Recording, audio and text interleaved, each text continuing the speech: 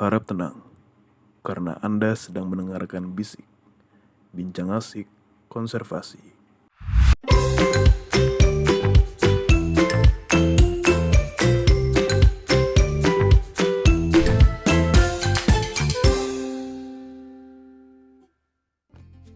Halo, selamat datang di podcast Bisik, Bincang Asik Konservasi, tempat kita ngobrol seru mengenai polusi plastik mengancam ekosistem sungai.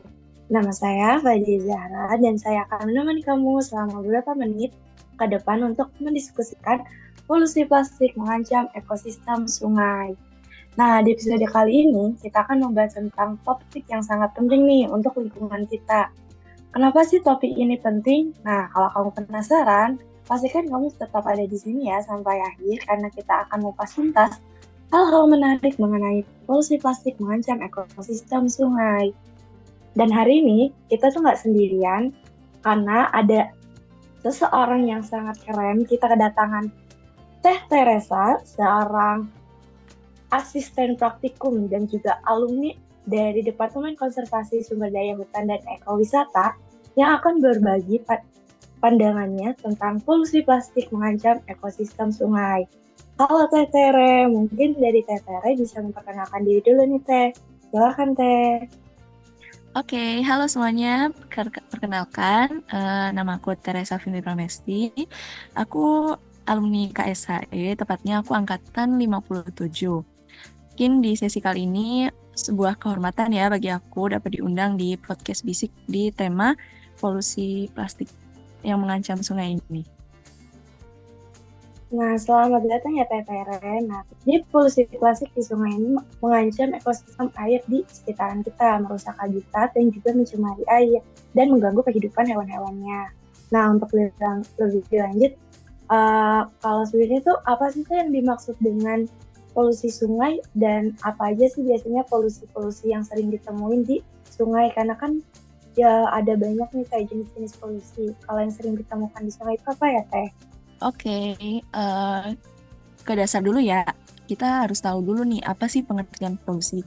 Jadi polusi itu dapat diartikan sebagai suatu pelepasan zat atau substansi yang dapat merusak ke dalam lingkungan, baik itu dari lingkungan yang ada di darat, air, maupun di udara.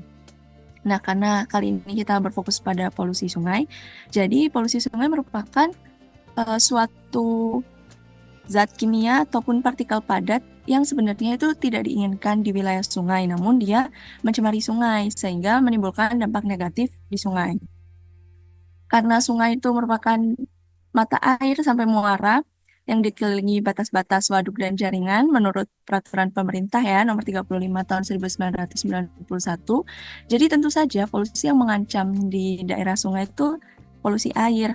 Nah, kita tahu bahwa polusi air ini seringkali ditimbulkan oleh zat-zat kimia, baik itu dari kegiatan limbah rumah tangga maupun memang karena adanya proses alamiah. Jadi itu sih yang dapat diartikan sebagai polusi sungai. Wah, ternyata ada juga ya guys peraturannya. Nah, kalau untuk polusi jenis yang paling sering ditemui ini Teh, ada apa Teh yang di sungai? Oke, untuk beberapa limbah kali ya yang mempengaruhi di sungai sehingga dia dapat tercemar itu ada beberapa seperti limbah rumah tangga yang bisa aja dari MCK atau kegiatan mandi cuci kakus maupun kegiatan rumah tangga lainnya. Lalu ada limbah industri, kan banyak ya kita ketahui bahwa industri itu seringnya berlokasi di sekitar perairan, terutama sekitar sungai. Nah, itu biasanya limbahnya tuh langsung dibuang ke sungai tanpa adanya pengolahan limbah terlebih dahulu, padahal seharusnya ada IPAL. Selain itu juga ada limbah dari kegiatan pertanian seperti pestisidanya atau insektisidanya yang akhirnya bermuara di sungai karena dari irigasi sawah dia akhirnya tertumpuk di aliran sungai di akhirnya. Terus bisa aja karena faktor alamnya seperti banjir, kan banjir ada yang emang alamiah karena air hujan yang sangat deras sehingga dia dapat membawa limbah dan terakumulasi di dasar sungai. Tapi kebanyakan pencemaran sungai ini terjadi karena faktor manusia. Sehingga sebenarnya menurut aku sih polusi sungai itu emang penyebabnya kebanyakan dari kegiatan manusia sih. Dan perlu dari manusianya sendiri perlu di reminder lah terkait hal itu. Jadi agar kayak sungai kita tidak tercemar itu kita membutuhkan kesadaran gitu ya Teh ya dari masyarakat. Kayak kalau kita membuang ini itu akan mengakibatkan ini. Ternyata hal-hal yang sederhana kita lakuin setiap hari itu bisa menjadi polusi di sungai, ya kan Teh ya? Iya, betul banget. Apalagi plastik ya yang kita ketahui sekarang tuh jumlahnya sangat-sangat banyak. Dan seringkali kita temui kan gambar-gambar bahwa plastik-plastik itu banyak banget di sungai, bahkan hingga menggunung gitu. Itu kan plastik tuh dia membawa zat kimia juga, terus emang limbahnya pun susah dikelola. Plastik kan butuh bertahun-tahun gitu ya untuk dapat diuraikan oleh mikroorganisme. Jadi emang sangat-sangat membawa dampak negatif ke sungai tersebut.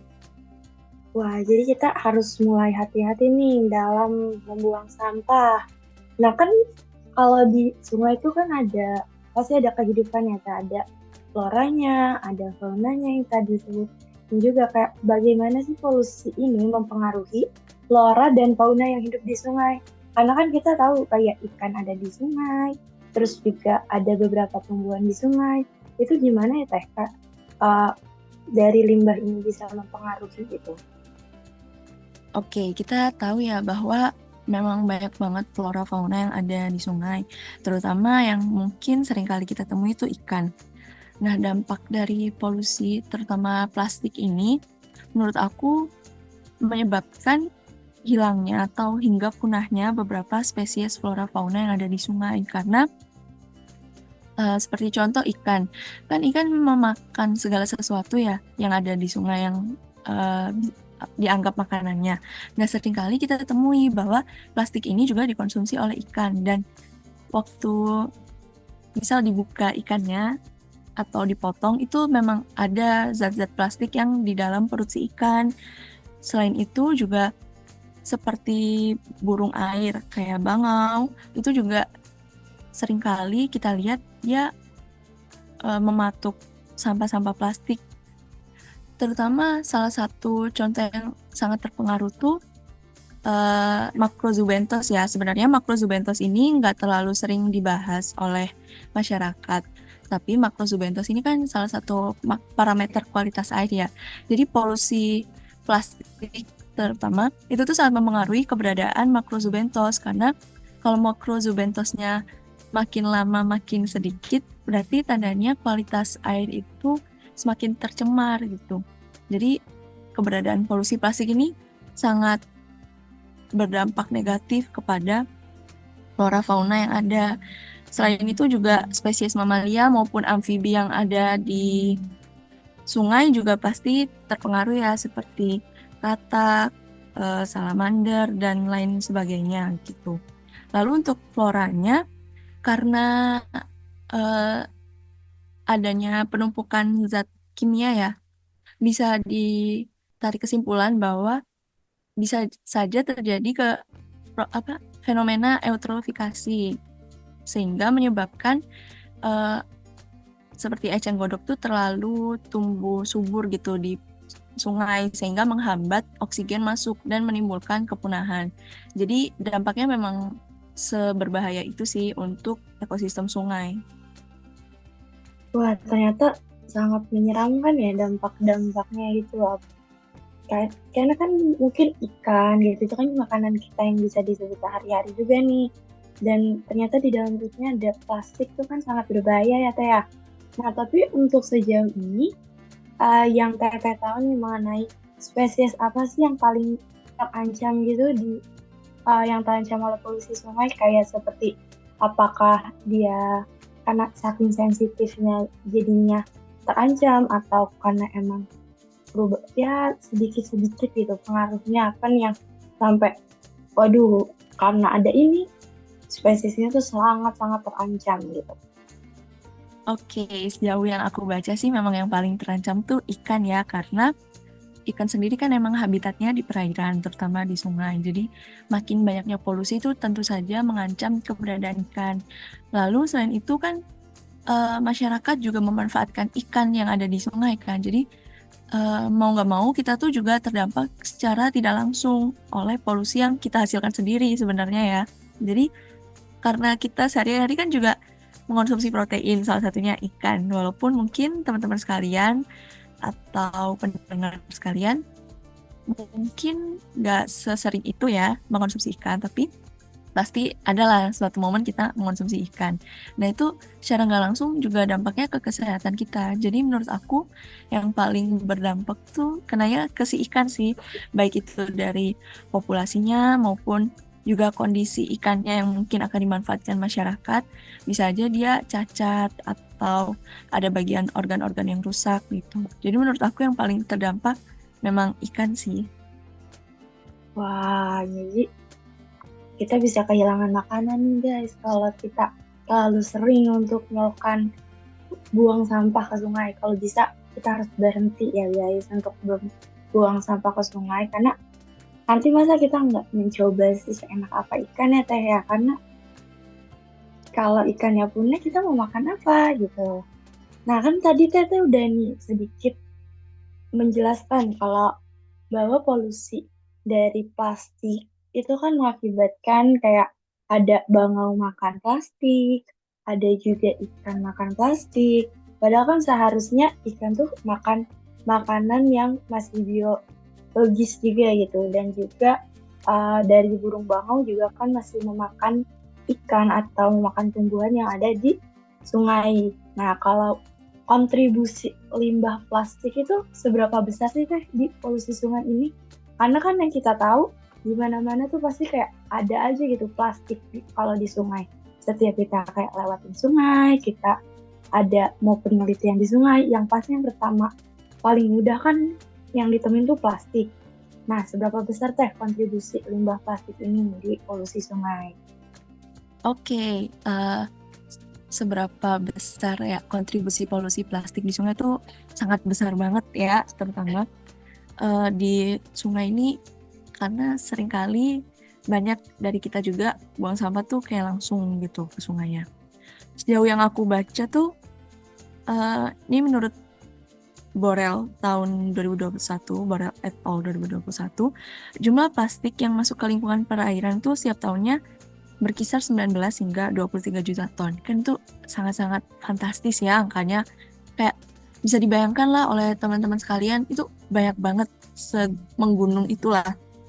Terus dari itu tadi 6 juta ton kurang lebihnya itu masuk ke sungai maupun garis pantai. Kayak itu angka yang sangat-sangat besar gitu. Buat untuk ukuran sampah kan tahu sendiri ya teman-teman, sampah plastik tuh berapa sih beratnya, apalagi kalau udah kosong kan sangat-sangat kecil ya, tapi ini bisa sampai menggunung, sampai beratnya tuh 6 juta ton tuh sangat-sangat besar banget gitu. Jadi dia sangat sangat besar lah kontribusinya dari limbah plastik ini terhadap masalah polusi sungai. Salah satu contohnya juga ada di Sungai Ciliwung ya. Kita tahu bahwa di sana emang sungainya tercemar banget gitu. Terus di Das Citarum juga aku pernah baca itu ada sampah plastik kurang lebih 15.800-an ton per hari. Itu per hari. Bisa dibayangkan kalau diakumulasikan dalam per bulan maupun per tahun itu sangat banyak banget ya. Terus sampai ada kategorisasi juga. Sungai di 5 provinsi yang mengandung limbah plastik tertinggi itu menurut aku kayak suatu penghinaan juga ya. Kayak wow ternyata banyak banget sampah yang dihasilkan oleh masyarakat perharinya gitu. Setuju sih teh, kalau kategorisasi 5 sungai terkotor tuh kayak harusnya tuh nggak ada ya, harusnya kita tuh berbangganya kalau udah ada kategori sungai terbersih gitu. Kayak Indonesia memiliki sungai terbersih gitu kan kayak keren gitu. Tapi kalau terkotor tuh kayaknya aduh agak malu juga gitu ya untuk mengakuinya. Tapi memang itu kenyataannya gitu kan. Nah tadi untuk banyaknya sampah kayaknya kita bisa bikin gunung deh. Harusnya kita kumpulin teh sampahnya. kita bikin gunung sampah gitu di suatu tempat kali ya, biar bisa mendaki gunung gitu. Nah, kan tadi udah nih kalau untuk kontribusi limbah plastik itu ternyata sebesar itu gitu untuk kehidupan, untuk segala hal yang berada di sungai. Nah, tantangan itu kan pasti ada nih Teh. Tantangan terbesar apa sih yang harus dihadapi untuk membersihkan polusi di sungai-sungai? Nah, kan tadi polusinya ada banyak nih Teh, dari limbah yang kimia, yang plastik. Tantangan terbesarnya itu apa Teh untuk membersihkannya gitu? Oke, tantangan terbesar untuk mengatasi polusi plastik gitu ya, bukan Fadia? Iya Teh, untuk tantangan terbesar dalam menghadapi itu, membersihkannya lah. Oke, mungkin menurut aku tantangan terbesar itu dari kesadaran diri masing-masing ya, karena kalau misalkan banyaknya kegiatan yang kita lakukan, tapi tanpa ada kesadaran dari masing-masing individu di dalamnya juga akan susah gitu. Kayak misal kita disuruh sama orang tua nih. Kalau misalkan ada kesadaran dari diri kita pasti melakukannya dengan happy gitu. Tapi kalau misalkan dilakukan dengan disuruh atau secara kondisi terpaksa, kita pasti juga gerundel gitu kan, kayak sebel gitu, ih kenapa disuruh-suruh gitu. Jadi menurut aku tantangan terbesar itu memang adanya kesadaran diri masing-masing individu dalam mengatasi polusi plastik di wilayah sungai ini. Salah satunya dengan membuang sampah pada tempatnya, jangan asal buang ke sungai atau ya udah asal buang aja nggak pada tempatnya gitu. Menurut aku tuh salah satu tantangan terbesar ya kesadaran lingkungan itu.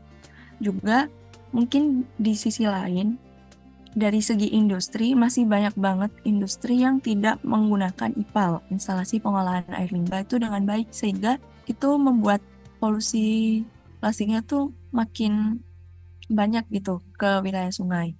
Karena kita tahu untuk proses pembuatan IPAL itu juga butuh banyak banget sumber daya ya, baik itu sumber daya tenaga maupun dari bahan materialnya, bahkan hingga lisensi atau sertifikasi untuk IPAL-nya sendiri pun menurut aku masih kurang banget gitu untuk diberikan informasinya ke masyarakat. Jadi menurut aku memang tantangan terbesarnya itu sih antara kesadaran lingkungan dari masing-masing individu serta adanya pembangunan IPAL di masing-masing industri yang wilayahnya di sekitar sungai.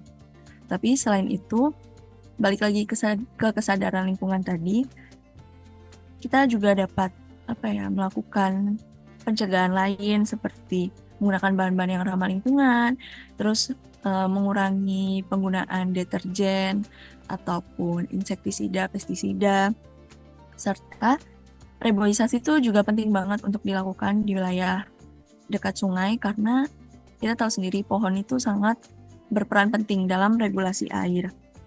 Selain itu, pendidikan mengenai lingkungan ini juga perlu kita sebarkan gitu ke masyarakat.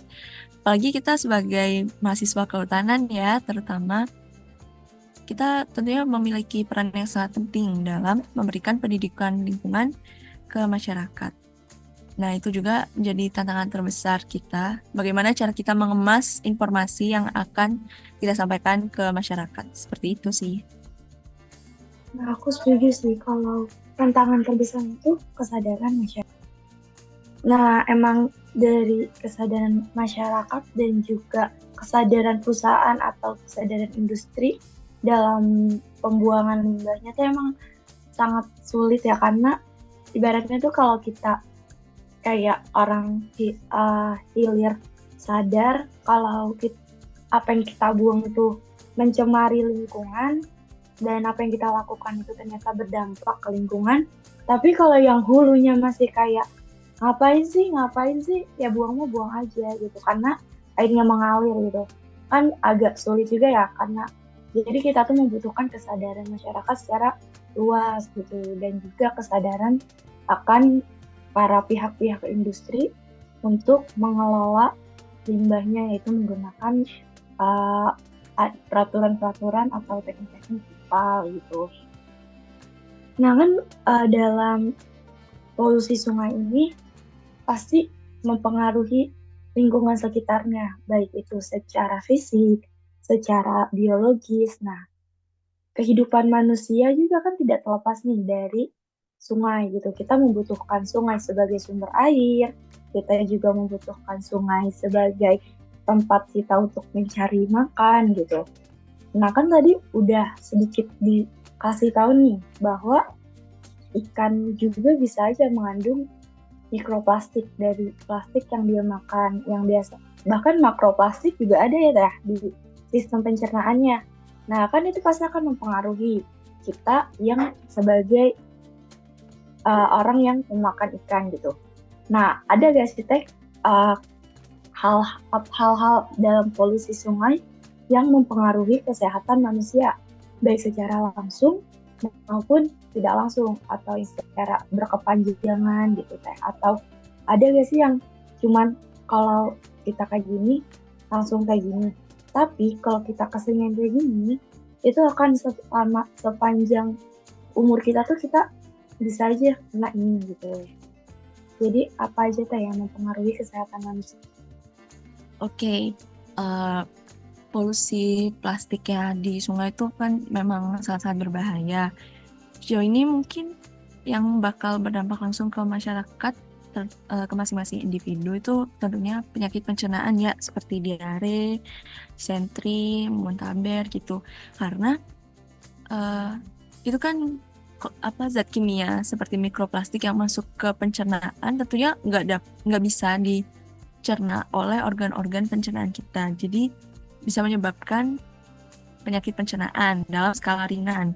Tapi dalam skala besarnya, kalau misalkan kita terus-terusan mengonsumsi baik itu ikan maupun air yang berasal dari sungai yang tercemar, tentu kan zat-zat mikroplastik ini menumpuk ya di organ pencernaan dan nggak bisa dikeluarkan gitu. Dan mungkin ginjal juga nggak dapat mengeluarkan zat-zat tersebut gitu, nggak bisa mencuci racun-racun juga gitu. Dampak terbesarnya bisa aja sampai ke kanker gitu. Mungkin bisa menyebabkan penyakit lainnya yang kronis gitu. Menurut aku itu sih. Waduh, ini banget ya kayak dampaknya karena Kak bisa sebesar itu gitu. Nah kan tadi udah disebutin mungkin dari yang dikonsumsi aja nih Teh. Tapi kan masih banyak nih orang yang masih menggunakan air sungai sebagai sumber MCK-nya gitu. Nah kalau untuk hal itu apa sih yang bisa mempengaruhi kesehatan manusia Teh yang tidak dikonsumsi itu? Hanya yang digunakan untuk MCK misalnya. Oke, kalau misalkan cuma digunakan untuk MCK tuh mungkin bisa menyebabkan iritasi kulit ya, kan sensitivitas kulit manusia beda-beda gitu. Takutnya kalau misalkan air tercemar digunakan mandi, cuci kakus gitu, menyebabkan iritasi ke kulit, kan iritasi macam-macam ya, bahkan mungkin bisa aja jadi salah satu sumber dari kanker kulit juga gitu. Karena dari iritasi ini, bakteri-bakteri yang masuk itu juga zat-zat kimia yang masuk membuat iritasi. Nantinya bisa berdampak ke skabies maupun ke keracunan, hingga paling parah itu sih kanker kulit. Jadi dari dampak terbesarnya itu bisa mempengaruhi kanker ya Teh, baik itu yang dikonsumsi maupun yang hanya kita gunakan untuk mandi cuci kakus. Nah,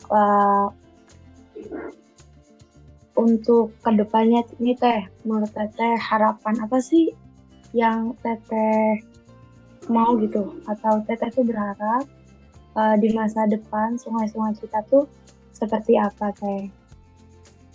Oke, dari aku sendiri berharap banget supaya sungai-sungai, terutama sungai-sungai di Indonesia ya, itu mengalami perbaikan gitu dari segi kualitas airnya gitu. Kan dulu kita mungkin sering lihat ya anak-anak kecil mandi di sungai, itu sungainya masih jernih. Coba sekarang, itu sungainya udah keruh banget, banyak sampah. Bahkan orang mau kayak cuci tangan atau cuci kaki juga jorok gitu kan kesannya. Nah aku pingin banget kondisi kualitas air sungai itu balik lagi kayak zaman-zaman dulu, dimana air sungai itu masih kelihatan jernih, nggak ada sampah menggunung gitu. Jadi bisa digunakan sehari-hari oleh masyarakat gitu. Terus pengen banget juga penanggulangan sampah ini makin diatasi serius gitu, baik oleh masyarakat maupun pihak pemerintah atau swasta gitu. Setuju Teh, kalau harapan kita sepertinya sama kayak kita mengharapkan sungai bersih. Karena aku juga salah satu orang yang masa kecilnya menghabiskan waktu di sungai. Karena sungai di rumahku tuh lumayan bersih gitu. Sering mandi, sering cuci sepatu gitu kan sama teman-teman sekolah. Dan sekarang tuh emang cukup agak kotor sekali ya, bahkan kotornya tuh kadang udah bukan hal wajar lagi, kayak bukan sampah makanan gitu, tapi sampah-sampah lainnya gitu. Nah, tadi kan yang Teteh harapkan tuh mengenai kebersihan dan regulasi pemerintah dalam pengelolaan sampah nih. Nah, menurut Teteh langkah apa yang paling mendesak gitu untuk dilakukan, baik itu dari sisi masyarakatnya dan dari sisi pemerintah? Oke, menurut aku hal yang paling mendesak yang perlu dilakukan pemerintah tuh sigapnya pemerintah dalam menangani banyaknya polusi plastik ya, terutama di wilayah sungai. Bisa dari mungkin mempermudah legalitas maupun sertifikasi dari IPAL-nya beserta AMDAL, analisis dampak lingkungannya juga. Selain itu, pengolahan dari plastik-plastik ini, kayak alurnya mau dikemanakan plastik-plastik ini sehingga dia nggak menumpuk di sungai, itu perlu banget disorot oleh pemerintah. Juga mungkin kita tahu udah banyak peraturan yang mengatur, tapi belum ada penegakan dari peraturan tersebut. Jadi menurut aku pemerintah juga harus tegas dalam menanggapi peraturan-peraturan tersebut gitu. Selain itu, program-program seperti program Kali Bersih atau Prokasi itu perlu banget dilakukan di masing-masing sungai ya menurut aku, karena itu programnya bagus, namun masih belum dapat terjalankan secara baik gitu, baik itu di wilayah yang udah menjalankan maupun di wilayah yang belum menjalankan gitu. Harapannya dengan dari bantuan pemerintah seperti itu, kedepannya polusi plastik di wilayah sungai itu semakin sedikit gitu. Selain itu, bantuan dana juga perlu diperhatikan oleh pemerintah gitu. Nggak hanya memfasilitasi dari segi program-programnya maupun peraturannya, tapi bantuan dana itu juga menurut aku salah satu sumber penting untuk mengatasi polusi plastik yang sangat banyak di wilayah sungai. Jadi untuk langkah-langkah itu lebih ke kita tuh harus bisa berkolaborasi ya kayak antara pemerintah dan juga masyarakat. Masyarakat mampu menjalankan dan pemerintah juga mampu mensupport masyarakat gitu. Sehingga kolaborasi itu bisa kebentuk juga ya Teh ya. Iya, betul banget. Kolaborasi itu sangat penting dilakukan dari masyarakat ke pemerintah, pemerintah ke swasta, swasta ke masyarakat. Jadi intinya semua elemen masyarakat itu perlu banget menjaga kebersihan sungai. Nggak bisa hanya diwakili oleh satu elemen saja gitu. Kalau misalkan dari pemerintahnya udah bagus tapi masyarakatnya kurang menerapkan juga susah. Dan sebaliknya, kalau masyarakatnya udah menjaga kebersihan banget tapi dari pemerintah bantuannya yang mengalir ke masyarakat tuh nggak ada juga sama aja gitu, kayak omong kosong aja gitu. Jadi perlu banget kolaborasi antara elemen-elemen masyarakat gitu. Oke, nah dari tadi kita udah membahas nih kalau seberapa penting polusi sungai kan menjaga lingkungan kita. Nah, karena kan polusi sungai ini ternyata memiliki dampak baik secara kesehatan secara langsung atau berkepanjangan gitu. Dan ternyata polusi sungai ini juga mempengaruhi kehidupan flora dan fauna di sungai. Dan banyak juga spesies yang terancam karena adanya polusi sungai ini. Dan untuk mengatasi dari polusi sungai, kita ini harus melakukan kolaborasi antara masyarakat, swasta, dan pemerintah. Nah, pembahasan kita tentang polusi plastik mengancam ekosistem sungai sudah selesai nih Teh.